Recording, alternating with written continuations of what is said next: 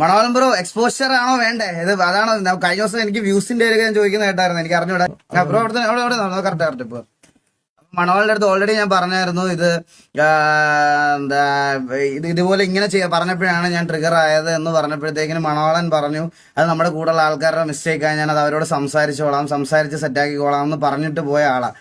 ഇപ്പൊ പുള്ളി ഇവർ രണ്ടുപേരും അറിഞ്ഞിട്ടില്ല അങ്ങനെ ഒരു കാര്യം. അറിഞ്ഞിട്ടില്ല. അതുപോലെ തന്നെ എന്താ ഇനി വീണ്ടും നമ്മളെ വെച്ച് അടുത്ത കണ്ടന്റ് ക്രിയേറ്റ് ചെയ്യാൻ ഇവരെ വിളിച്ചോണ്ടിരിക്കുക.